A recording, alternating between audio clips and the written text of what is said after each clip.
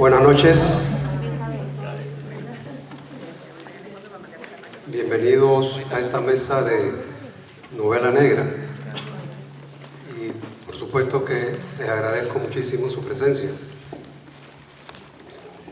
Esta noche tengo el privilegio y el honor y el placer de actuar de moderador y presentador de tres excelentes escritores. Todos ellos escriben novela negra, pero escriben también, por supuesto, otras cosas. Así es que esta noche vamos a tratar de limitarnos, como el Panamá Negro, a limitarnos hasta donde podamos a la novela negra. A don Leonardo Padura, que estuvo anoche aquí, que fue objeto de un muy merecido homenaje. Por supuesto, todos lo conocemos y quizás es el representante más insigne que tiene la novela negra hispanoamericana. Arquímedes González también es un especialista en novela negra, acaba de dictar un taller, creo, aquí en la feria sobre la novela negra. Y don Alonso Cueto, que es un escritor y periodista peruano, también autor de novela negra. Y todos han sido galardonados, han recibido premios y distinciones importantes, empezando por Leonardo Padura, que por supuesto, como sabemos, recibió el premio de la princesa de Asturias, que es uno de los grandes premios que se otorgan. Pero como dije, todos han sido galardonados y esta noche realmente que nos prestigian aquí en Panamá y en la feria con su presencia y con su participación en esta mesa. Yo, sin más preámbulo, empiezo preguntándoles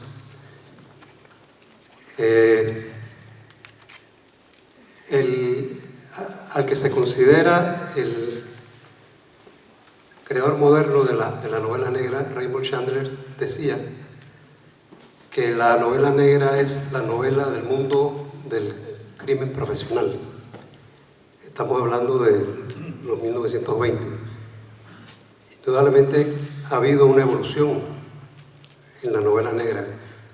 Esa definición de Chandler hoy se aplicaría a la novela negra. Empezamos con don Leonardo. Bueno, buenas noches, muchas gracias. Esta es una mesa complicada porque además en el público tenemos otros escritores destacados de novela policíaca, novela negra. Esa es una controversia que no vamos a meternos hoy aquí porque pienso que es puramente denominativa.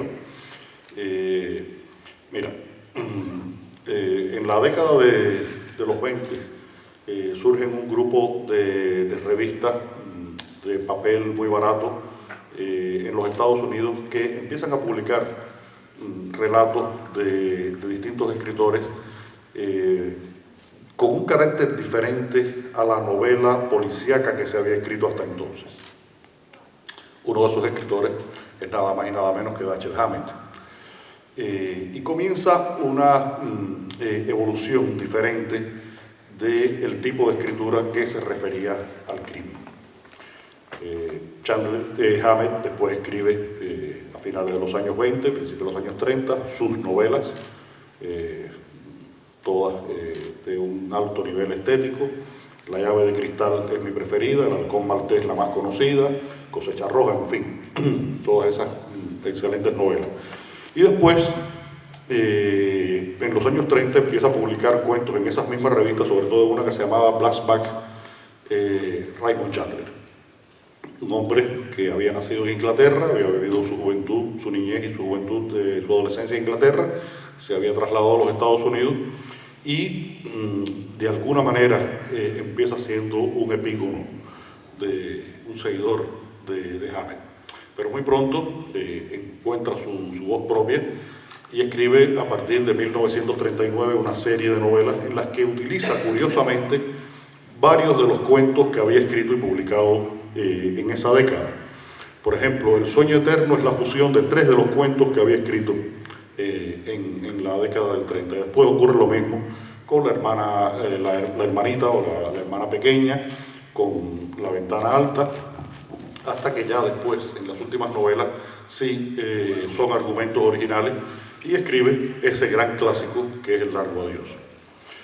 Estos autores, a los que se suman otros, perdón, como Cain, James A. Cain, empiezan a tener una, es decir, concreta una evolución importante en este tipo de literatura porque le dan un carácter social e incluso por momentos políticos, y utilizan los recursos de lo que había sido la novela policíaca, que se sigue escribiendo.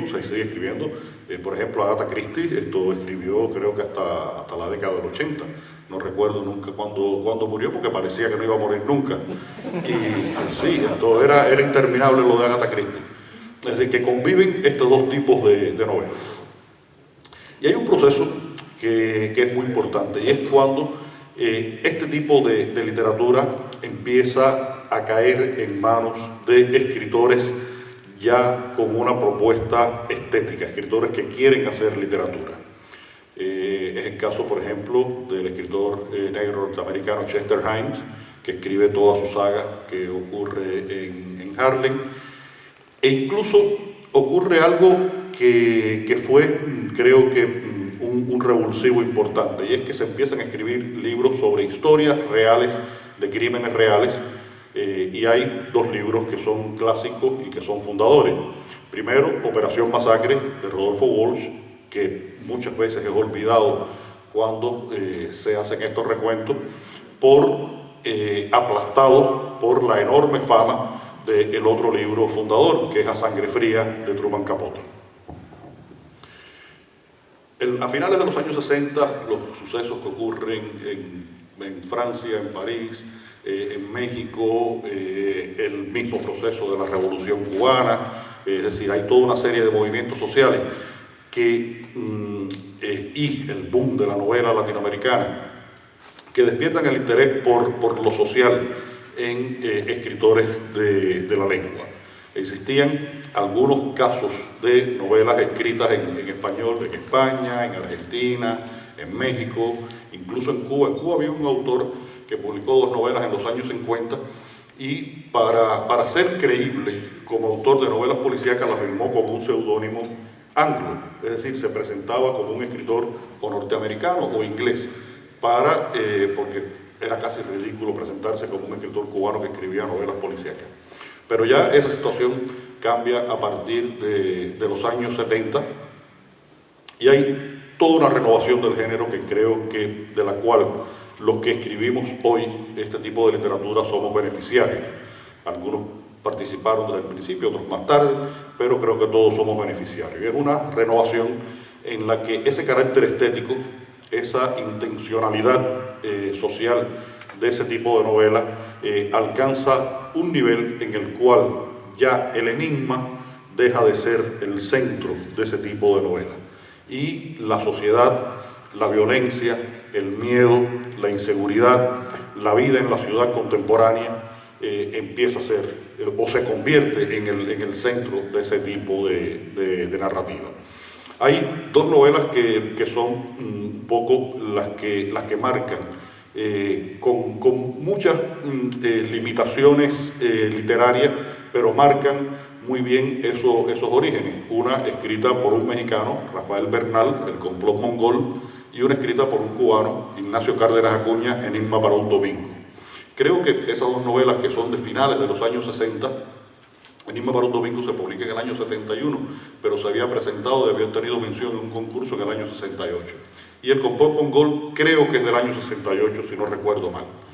Estoy citando de memoria la fecha. Se unen porque hay otro elemento que es muy importante.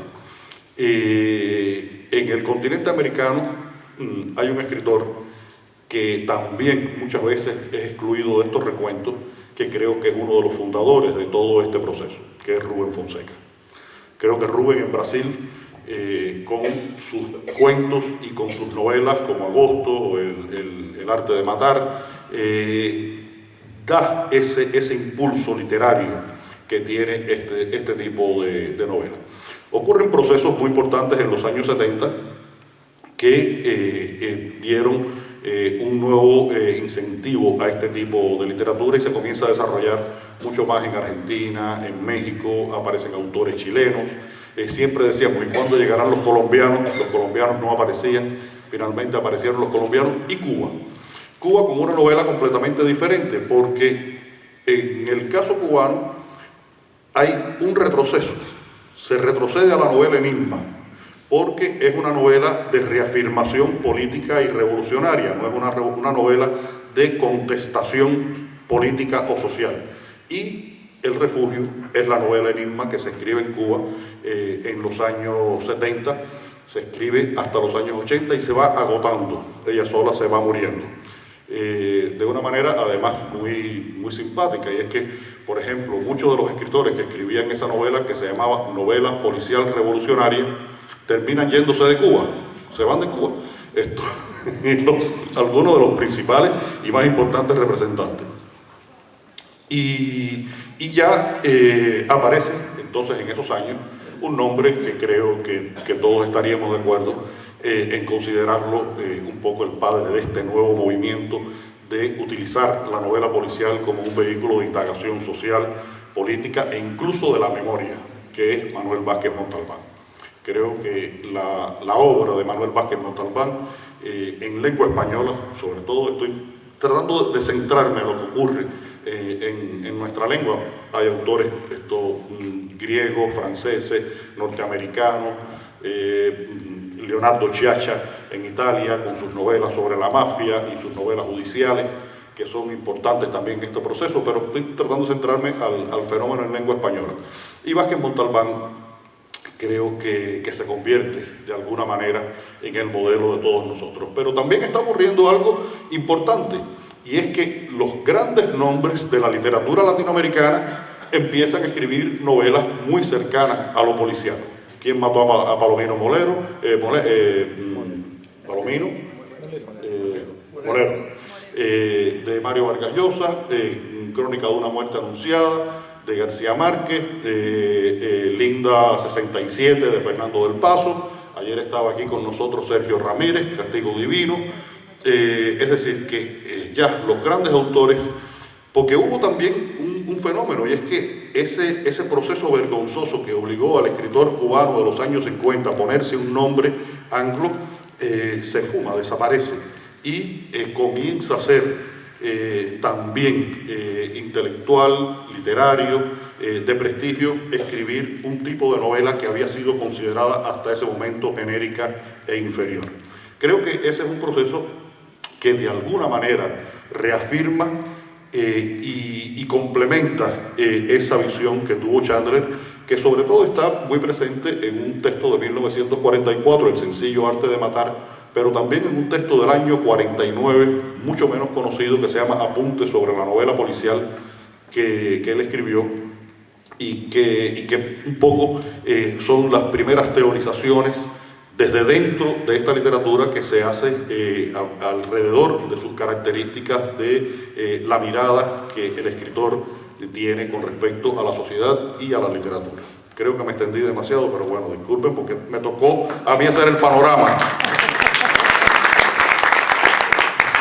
Ya lo dijo todo, ¿no? Sí.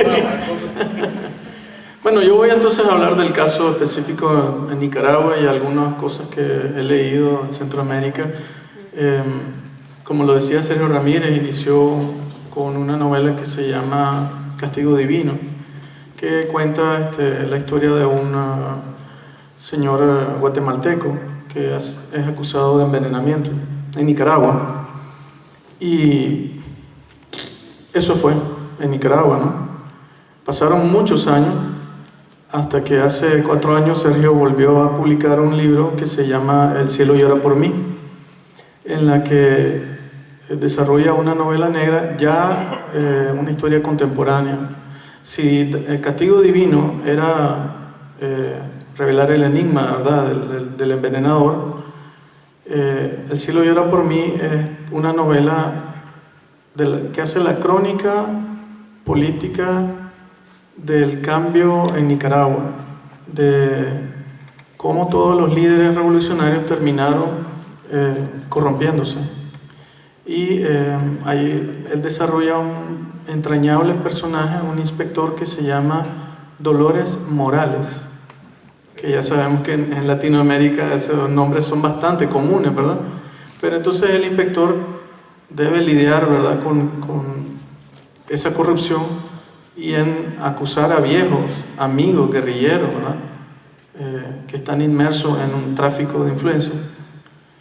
Y en la novela Sergio lo que hace es dar un panorama de lo que es Nicaragua hoy. En mi caso yo comencé por tomar prestado un personaje de Arthur Conan Doyle. Yo traje a Nicaragua Sherlock Holmes y llega a buscar a Jack el Destripador. El libro se llama La muerte de Acuario y o sea, yo crecí fascinado por la historia de Arthur Conan Doyle. También me gustaba mucho la novela negra y entonces intenté traer a Sherlock Holmes al trópico, ¿no?, al trópico centroamericano, y también he creado novela negra vinculada también a deporte. Escribí una novela que se llama El fabuloso Blackwell, que son dos periodistas que andan detrás de un asesino en serie, pero también al otro lado hay la historia de un boxeador. También publiqué una novela que se llama Machete, que es la historia del bandidismo en Nicaragua, y una novela que se llama Tres hombres sin piedad, que cuenta la historia de un asesinato en una playa muy famosa en Nicaragua.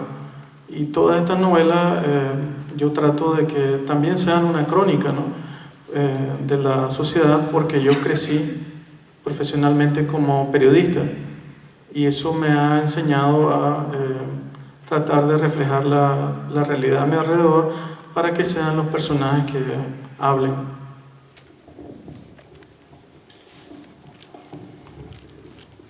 Muy bien. Buenas noches a todos. Muchas gracias por la ocasión de estar aquí con colegas y amigos tan queridos y admirados. En una ocasión, estando en una reunión parecida en México con Paco Ignacio Taigua, que es también un gran cultor de la novela negra, alguien en el público se paró y le preguntó si se podía escribir una novela negra donde no hubiera crimen, donde no hubiera un muerto, donde no hubiera violencia. Y Paco Ignacio le dijo sí, pero te saldría blanca. O sea, que en realidad, pues uno es difícil pensar en una novela negra. Decíamos, yo lo que estaba pensando mientras escuchaba las interesantísimas observaciones de Leonardo y de Arquímedes es ¿qué es lo que hace que una novela sea negra? Y hace poco leía una noticia sobre un escritor islandés, un escritor de novela negra, bueno, que contaba historias de crímenes sádicos, de crímenes muy violentos, de detectives y todo lo demás, en un país donde casi no hay crimen. O sea, en Islandia hay muy poco crimen. Y sin embargo, este escritor era un éxito de ventas.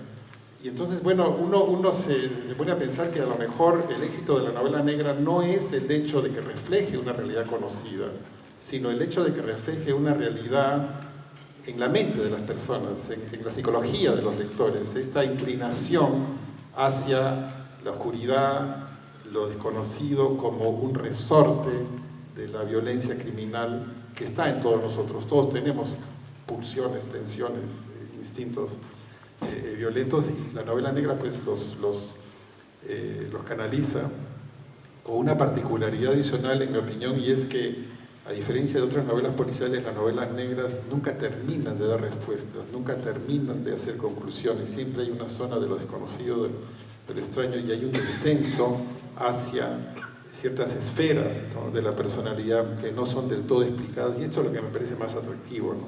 A mí me identifico mucho con la lista de nombres y de libros que ha dado Leonardo.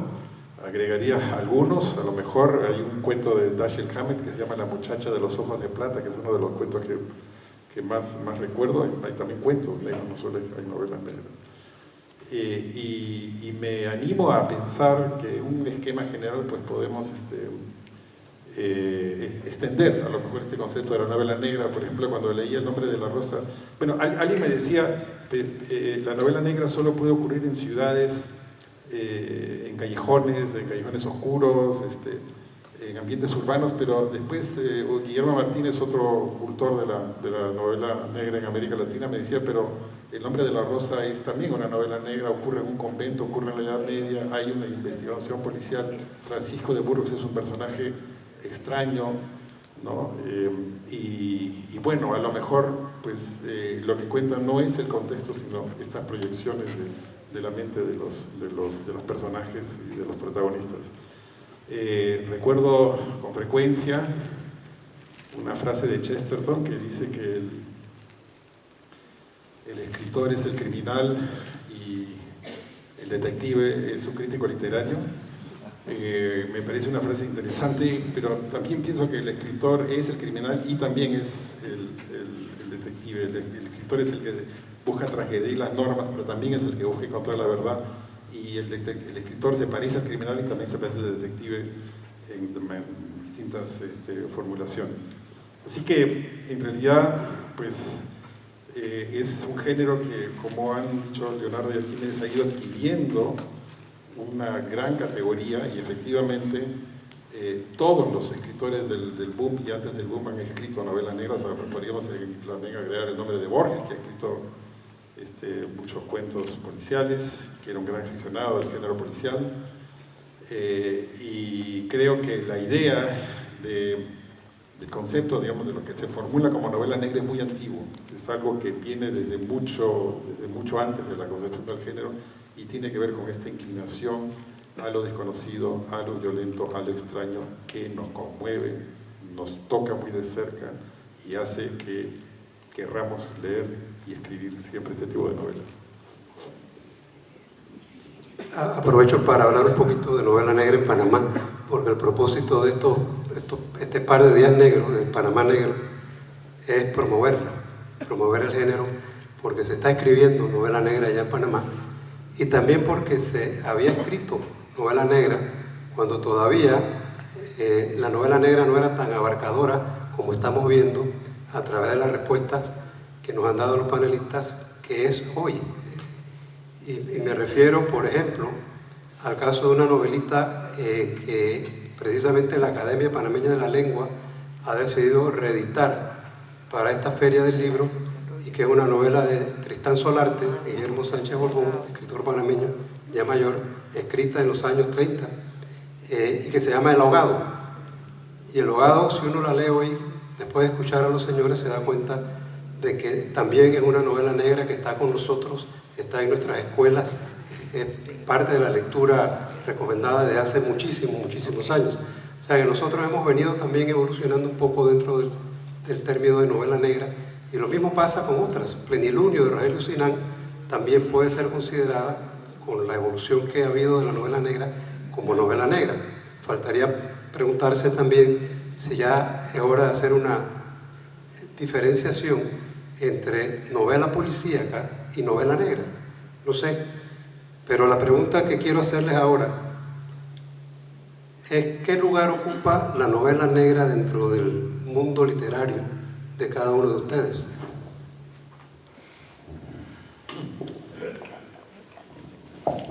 Bueno, en mi caso, ocupa todo el mundo literario. Creo que mis novelas supuestamente no negras son las novelas más negras y las que más utilizan los recursos típicos de la novela negra. La novela de mi vida es la búsqueda de un manuscrito de José María Heredia, y se teje toda una investigación entre literaria y factual para buscar ese texto. En El hombre que amaba a los perros, por supuesto, hay un crimen. Lo único que ocurre en esa novela es que el lector, antes de empezar a leer la novela, sabe quién es el asesino, quién es el asesinado, dónde lo asesinaron e incluso cómo lo asesinaron. El asesinato de Trotsky por Ramón Mercader. Y entonces tengo que buscar recursos que me permitan hacer que una historia cuyo clímax es conocido por el lector le resulte atractiva al lector. Y hay recursos de la novela negra que me han servido para eso, además de otros de trabajo literario, de la estructura que utilizo. Pero bueno, refiriéndome sobre todo a mis novelas de la serie de Mario Conde, yo soy el peor escritor de novelas policíacas que ustedes se puedan imaginar, o de novelas negras que ustedes se puedan imaginar. Imagínense que yo empiezo a escribir las novelas, empiezo a contar la historia, en un momento necesito que haya un muerto, pongo un muerto, sigo escribiendo, y cuando llego al final necesito que haya un asesino. Y entonces lo que hago es que hago un análisis de los personajes que tengo y decido cuál es el asesino. ¿Qué significa eso? ¿Qué significa eso? Que el muerto y el asesino no me importan. A mí lo que me importa es la visión que doy de la realidad cubana a través de esas novelas. Y cuando yo termino esa primera versión en que ya tengo un muerto y tengo un asesino, pues entonces empiezo a hacer el trabajo literario que necesito hacer, que es darle cargas de profundidad a toda esa historia y anclarla en una realidad, en un contexto, en una circunstancia, en una problemática social que puede tener que ver con la corrupción, con la represión de los homosexuales, en el caso de una novela como Máscara, en fin, el asunto que he escogido para ese tipo de texto. Por lo tanto, los recursos de la novela policíaca en mis novelas policíacas son mucho más utilitarios que en mis novelas no policíacas. En mis novelas no policíacas son más esenciales y en las policíacas son más utilitarios, como decía, porque me sirven para organizar una historia y también, por supuesto, para acercarme al lado oscuro de la sociedad. Creo que esa es una de las características de casi todas las novelas negras. Acercarse al lado oscuro de la sociedad y, como decía Alonso, al lado oscuro de los seres humanos. Creo que son dos de las características que todos los que de una forma u otra cultivamos más ortodoxa o más heterodoxamente este género, pretendemos llegar, lo decía Flaubert cuando escribió Madame Bovary, y además fue muy criticado en su época por algunos de los críticos más importantes. Esto decía, bueno, es que yo no sé qué ha pasado, yo solamente pretendía llegar al alma de las cosas. Y creo que es un poco lo que debemos hacer todos los escritores, con independencia del género que trabajemos, pero especialmente de ese lado oscuro de las cosas al que la novela negra nos acerca de manera muy inmediata, muy fluida. Usted ha escuchado, por supuesto, que hay quienes piensan que El hombre que amaba a los perros es una novela histórica, también. Sí, y es una falsa novela histórica, porque yo escribo El hombre que amaba a los perros para hablar del Cuba hoy, del presente cubano. Es decir, la historia a mí me sirve como un espejo del presente. E incluso en la novela de mi vida hay un momento en el que el personaje del presente está en el puerto de La Habana y ve a un hombre en un bote y le parece que está viendo a José María Heredia, y el hombre que está en el bote, que resulta ser José María Heredia, en otra parte de la novela mira hacia la costa y ve a Fernando Terry, 160 años después de haber muerto Heredia. Es decir, que es un espejo el pasado para explicar y aclarar el presente. Por eso es que utilizo fundamentalmente la historia. Y una novela como Herejes, todo el pasaje en el que aparece Rembrandt, en definitiva es un arte poética. Estoy explicando por qué yo escribo y para qué yo escribo. Esto no solamente para qué pintaba Rembrandt y cómo pintaba Rembrandt. Sí, yo llegué a la novela negra muy joven, leyendo, como les decía, a Arthur Conan Doyle. Yo fui un fanático de todos sus libros, pero también yo entré al periodismo porque quería escribir y vi que el periodismo era la única carrera que me iba a dar esa oportunidad de aprender a escribir. Y entonces comencé a trabajar ya muy joven, a los 18 años, en las redacciones de los periódicos, cubriendo el área de sucesos. Y ya desde ahí comencé a desarrollar una fascinación, ¿verdad?, por los homicidios, por el seguimiento a los casos, por casos que también nunca fueron resueltos, ¿no? Y entonces yo he usado las novelas para resolver los casos que se quedaron irresueltos en la historia de Nicaragua, ¿no? Por ejemplo, este caso que les decía de esta muchacha que fue asesinada en Nicaragua y nunca se supo quién fue, solo se detuvo a 3 personas, pero al final las 3 fueron liberadas. Y las 3 fueron liberadas por influencia política, por influencia económica, entre el periodismo, entre la brevedad, pero también un mundo literario donde debo extenderme a 300 páginas, 400 páginas. Alonso. Una de las características me parece más importantes en este género es la personalidad del detective, ¿no? Y yo he disfrutado mucho con Mario Conde, con esta feroz lucidez y la melancolía que tiene Mario Conde, que es un desencantado, es un escéptico. Y bueno, y sus colegas, digamos, a lo largo de la historia, ¿no? El Sam Spade de Hammett, que es un gran personaje, un gran solitario, un hombre además que renuncia al amor al final del halcón maltés, en esta extraordinaria escena, ¿no? Cuando le dice, ¿cuántas razones hay para que yo no te entregue? Y dime cuál es la razón para que te entregue solo. Hay una, es que tal vez yo te amo a ti y tal vez tú me amas a mí.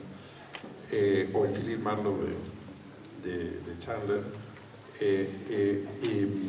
El inspector de Rubén Fonseca, ¿no? Estos personajes, y siempre la soledad, el escepticismo y la renuncia al amor, pero el compromiso moral individual, no ideológico, ¿no?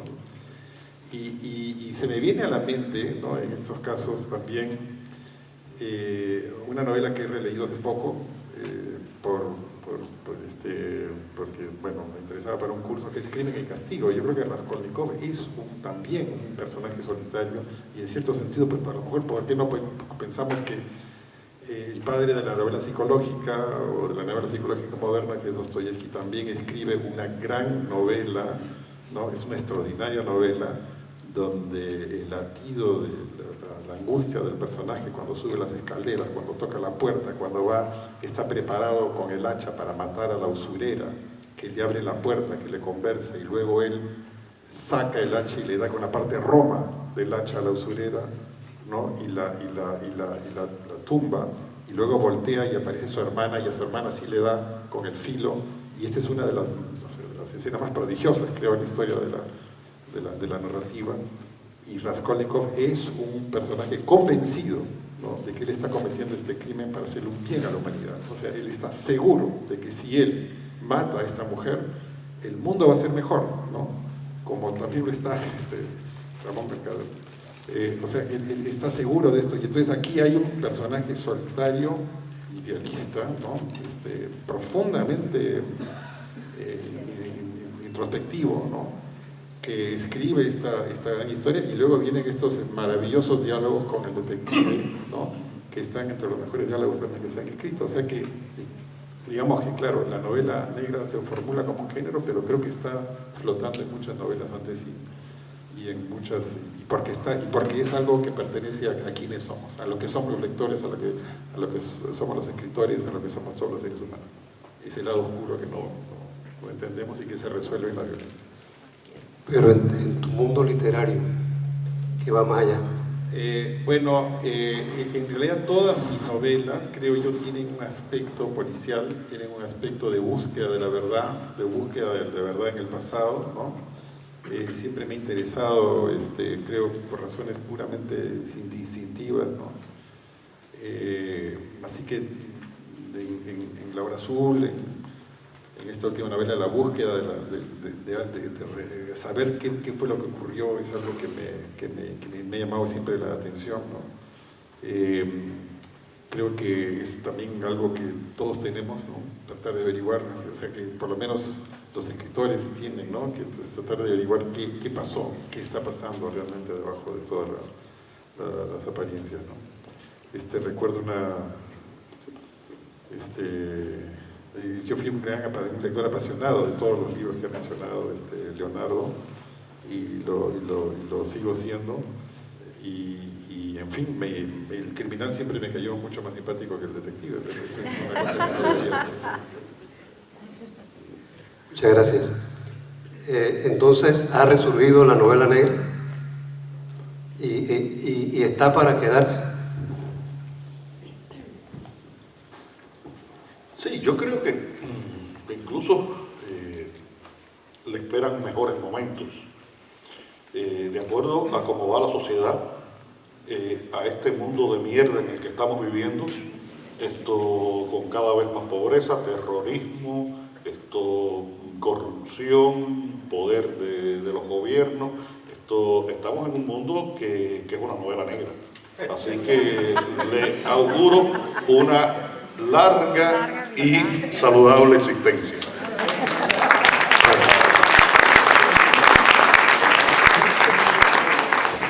Yo igual considero que la novela ha logrado ese auge, ha logrado esa popularidad, pero también atraer al público, ¿verdad? Antes era la novela negra algo para unos grupos, ahora se ha vuelto muy masiva y eso nos da oportunidad de que salgan siempre nuevos autores y que conozcamos diferentes realidades. O sea, por ejemplo, si se habló del boom latinoamericano, en la novela negra se está hablando de pequeños boom, pero que nadie la tomaba en cuenta. Y ahora yo creo que la gente está más abierta a leer una novela negra. Antes era como pasatiempo. Consideraban un género menor desde el punto de vista literario. Posiblemente, sí. Así es. Pero ya no. Ya no, sí. No hay un género menor, ¿no? Los géneros no son menores, los temas no son menores, todo depende del tratamiento que se les dé. Y yo además coincido con la idea que mencionaba el Leonardo, de que lo interesante no es, digamos, la trama, sino la exploración, la búsqueda. Claro que la trama puede ofrecer datos, pero al final creo que lo que hace la novela negra interesante, y en esto también agrego las novelas de Patricia Highsmith y de todas las que se han mencionado, lo que hace interesante las novelas del Ripley, por ejemplo, es que el criminal es un tipo interesante, ¿no? A diferencia de los criminales que vemos hoy en día, como Donald Trump, que no es nada interesante. Ripley es interesante. Entonces, eso es lo que la gran ventaja de la literatura sobre la vida, ¿no? Entonces, la triste realidad y a la conclusión que hemos llegado es que entre peor vaya el mundo, mejor va a ir la novela. Muchísimas gracias, muchísimas gracias.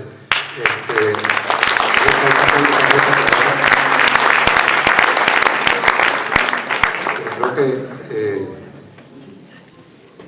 con esto damos por terminada la charla.